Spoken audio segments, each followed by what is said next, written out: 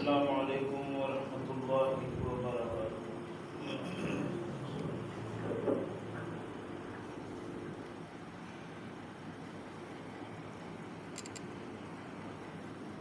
الحمد للہ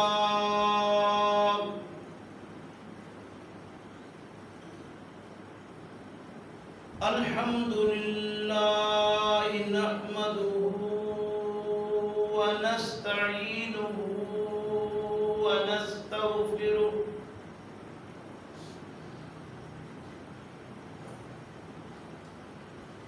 ونعوذ باللہ من شرور انفسنا ومن سیئات اعمالنا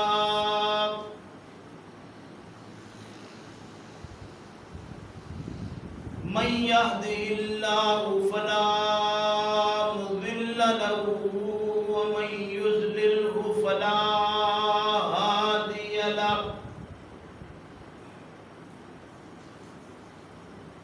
ونشهد أن لا إله إلا الله وحده لا شريك له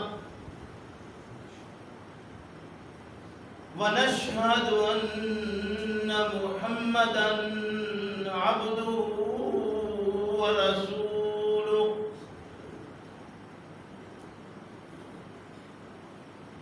أما بعد فإن خير الحديث كتاب الله وخير الهدي هدي محمد صلى الله عليه وسلم وشر الأمور محدثاتها وكل محدثة بدعة وكل بدعة ضلالة وكل ضلالة في النار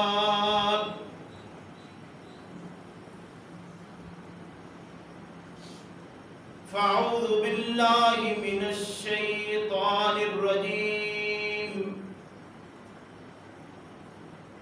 بسم الله الرحمن الرحيم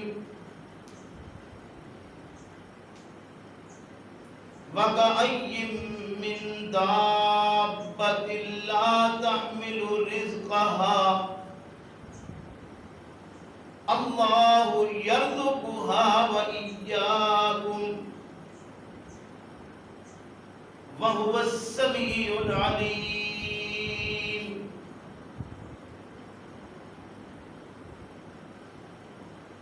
وَلَئِن سَأَلْتَهُم مَّنْ خَلَقَ السَّمَاوَاتِ وَالْأَرْضَ وَسَخَّرَ الشَّمْسَ وَالْقَمَرَ لَيَقُولُنَّ اللَّهُ فَأَنَّىٰ يُؤْفَكُونَ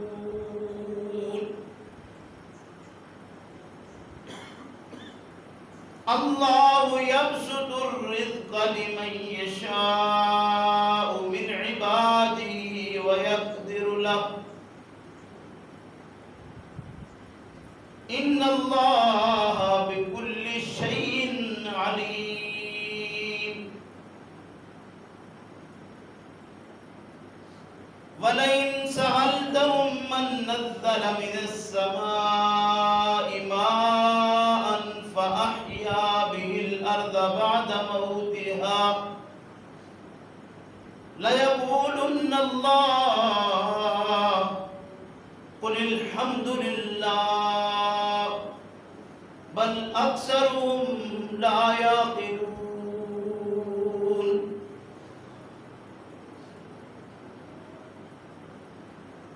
وَكَأَيٍّ مِّن دَابَّةٍ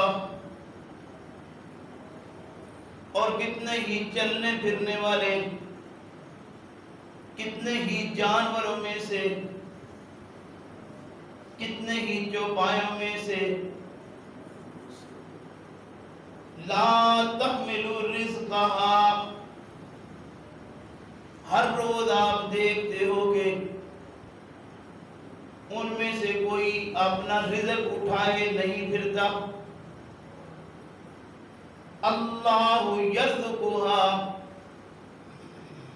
لیکن اللہ وہ ذات ہے جو بہم ان کو رزق پہنچا رہا ہے. وَإِيَّاكُمْ، اور اگر حقیقت کو سمجھ لو تو وہ تمہیں بھی رزق بہم پہنچا رہا ہے. وَهُوَ السَّمِيعُ الْعَلِيمُ،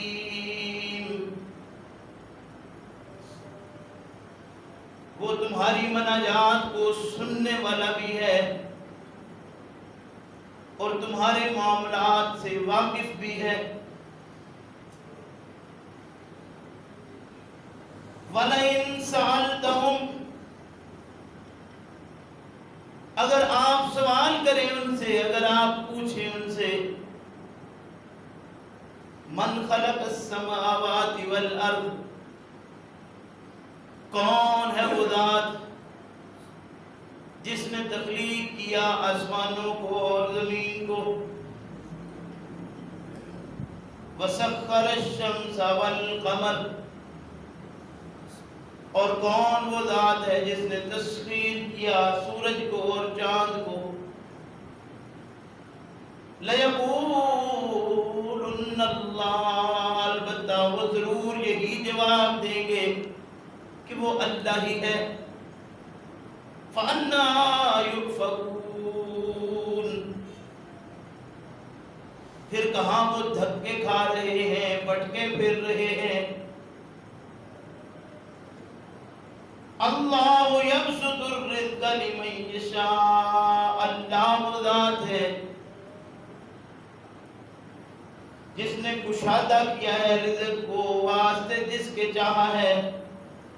من عبادہ، اپنے بندوں سے. ویقدر لہ، اور بندوں میں سے جس کے لیے اس نے چاہا ہے اس کو مقدور بھر کر دیا ہے. سارے ہی مارد آزمائش میں ہیں. ان اللہ بکل شیء علیم، بلا شبہ اللہ وہ ذات ہے جو ہر چیز کو اپنے احاطہ علم میں رکھے ہوئے ہے. وَلَئِن سَأَلْتَهُمْ، اور اگر آپ پوچھیں ان سے، اگر تو پوچھیں ان سے اے مخاطب، من نزل من السماء، کون ہے جو اتارتا ہے آسمان سے ماء پانی. فَأَحْيَا بِهِ الْأَرْضَ، کون ہے جو زندہ کرتا ہے ساتھ اس کے زمین کو. من بعد موتها، اس کی مردہ حالت کے بعد. لَيَقُولُنَّ اللَّهُ، البتہ وہ یہی جواب دیں گے کہ وہ اللہ ہی ہے. قُلِ الْحَمْدُ لِلَّهِ، کہہ دیجئے تمام اچھی تعریفیں اللہ ہی کے لیے ہیں، تمام ستائشیں اللہ ہی کے لیے ہیں. بل اکثرهم لا یعقلون، لیکن اکثریت لوگوں میں ایسی ہے جو عقل سے کام نہیں لیتے. سبحان ربک رب العزت عما یصفون، وسلام علی المرسلین، والحمد للہ رب العالمین.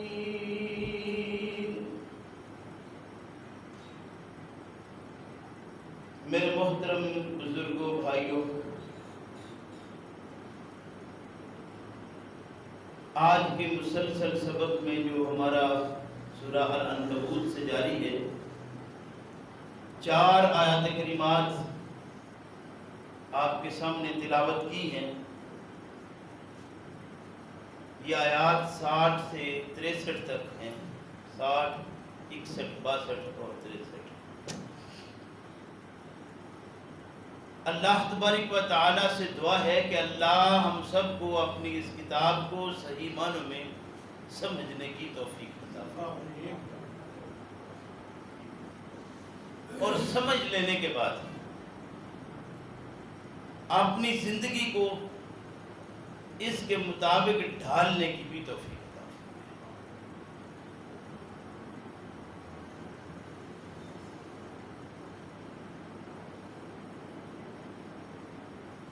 آج کے سبق میں ایک بڑا اہم مضمون بیان کیا جا رہا ہے جو ہماری سمجھ لینے کے بعد اگر تبدیل کرے انسان خود کو تو بالکل یکسر بدل دینے والا مضمون ہے انسانی سسٹم.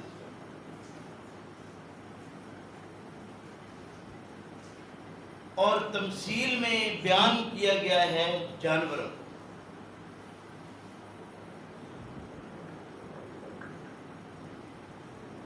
انسان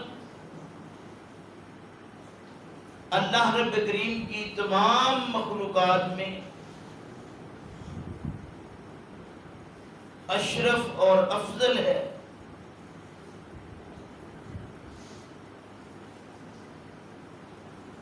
اور اس کے شرف و فضیلت کی جو وجہ ہے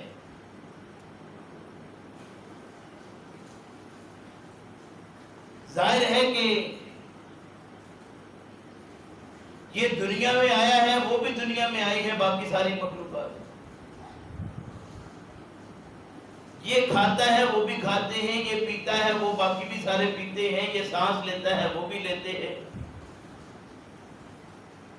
یہ اپنی حوائج و ضروریات پوری کر رہا ہے وہ بھی کر رہے ہیں، یہ بھی بچے چھوڑتا ہے وہ بھی چھوڑ رہے ہیں، نسل اس کی بھی بڑھ رہی ہے، اس کی بھی، ان کی بھی بڑھ رہی ہے.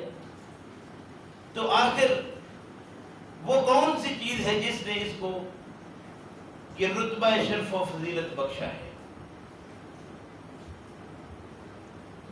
وہ صرف اور صرف ایک ہی چیز ہے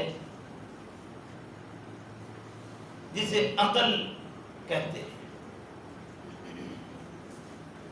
بدقسمتی سے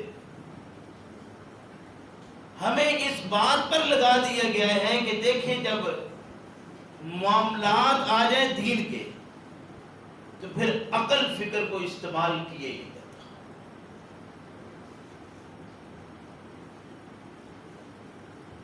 اللہ رب کریم نے ارشاد فرمایا کہ یہ لوگ جو کتابوں کا علم حاصل کر کر کے انہوں نے ڈھیر کتابوں کا لاد لیا اپنے دماغ میں، لیکن ان کے اندر جو علم تھا اس علم کو سیکھنے کے لیے انہوں نے اپنی عقل فکر کا استعمال نہ کیا. فرمایا کمثل الحمار یحمل اسفارا، اس میں اور اس بوجھ لدے گدھے میں کیا فرق ہے جس کے اوپر آپ اینٹیں رکھیں یا کتابیں؟ اس کو کیا فرق پڑ رہا ہے؟ گدھے کو اگر کتابوں پر مقرر کر دیا جائے کہ کتابیں لانا جانا تیرا کام ہے تو وہ ان گدھوں میں کیا افضل ہو جائے گا جو مٹی اٹھا کر لے جانے والے ہیں کہ یہ اچھی خوبصورت بنی ہوئی کتابیں لاد کر ادھر ادھر لے جا رہے ہیں. کیا بوجھ ہے، لاد رہا ہے، جا رہا ہے. اسے اللہ رب کریم نے کمثل الحمار یحمل اسفارا، یہ بوجھ لدے گدھے کہ ان کو کچھ پتہ نہیں ہے کیا.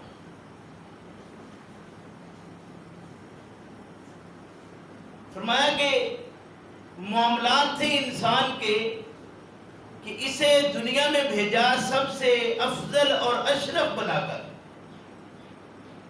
تو شرف و فضیلت میں باقیوں سے بلند ہونے کے لیے اسے عقل اور فکر دی، اور جس کام پر اس کو مقرر کیا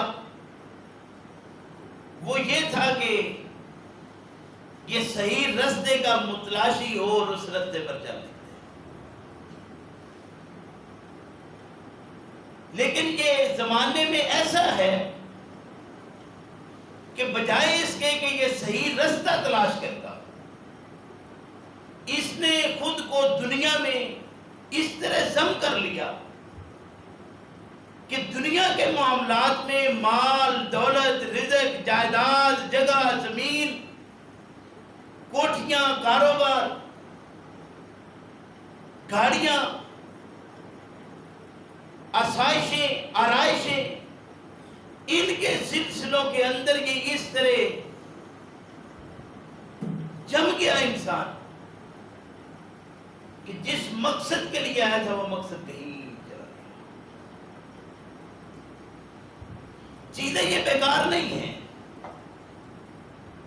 ظاہر ہے انسان ان سے فوائد حاصل کرتا ہے، یہ کچھ چیزیں ناکارہ نہیں ہیں، لیکن اصل حقیقت تو یہ ہے کہ یہ ساری چیزیں عارضی زندگی کے لیے ہیں، تو ظاہر ہے جب وہ زندگی جو عارضی ہے وہ ساتھ نہیں رہے گی تو اس میں جتنی کام آنے والی چیزیں ہیں وہ بھی ساتھ نہیں رہے گی۔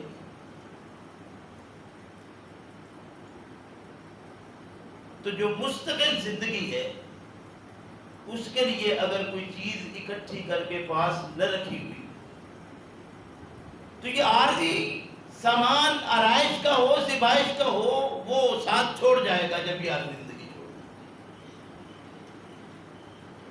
اور یہ زندگی چھوڑ جاتی ہے اس میں شک کوئی نہیں۔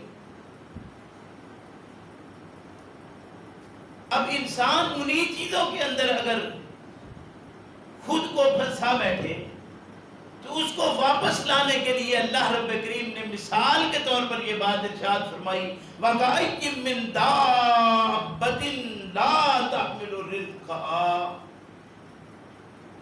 یہ جو تیرے کھانے پینے کے معاملات ہیں، تیرے رزق کا جو معاملہ ہے، جو تو کہتا ہے کہ میں اس کی تلاش میں دنیا جہان کے تکے کھا رہا ہوں،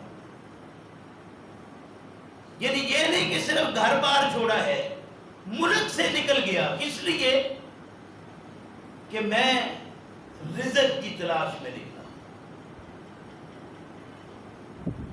تو اس انسان کو واپس بلایا جا رہا ہے کہ زمانے میں دیکھ کہ تجھے کتنے جانور نظر آتے ہیں، تو انسان ہے، اور ان جانوروں کو دیکھ، کون سا جانور ہے جو مستقل رزق کے لیے بھٹک رہا ہے؟ فرمایا لا تحملوا رزقها، کوئی جانور ایسا تجھے نظر نہیں آتا جو آپ نے اوپر بوجھ کے طور پر رزق کو لاد بیٹھا ہو کہ یہ میرا شام کا ہے، یہ میرا کل صبح کا ہے، یہ میرا چلتے چلتے بڑھاپے کے لیے ہے، یہ میرا بچوں کے لیے ہے۔ یعنی تو کیسا اشرف ہے کہ تیری سوچ تو اس جانور سے بھی ابھی گئی گزری ہے۔ وہ جانور بھی ان چیزوں کو نہیں سوچتا جن کو تو سوچ رہا ہے۔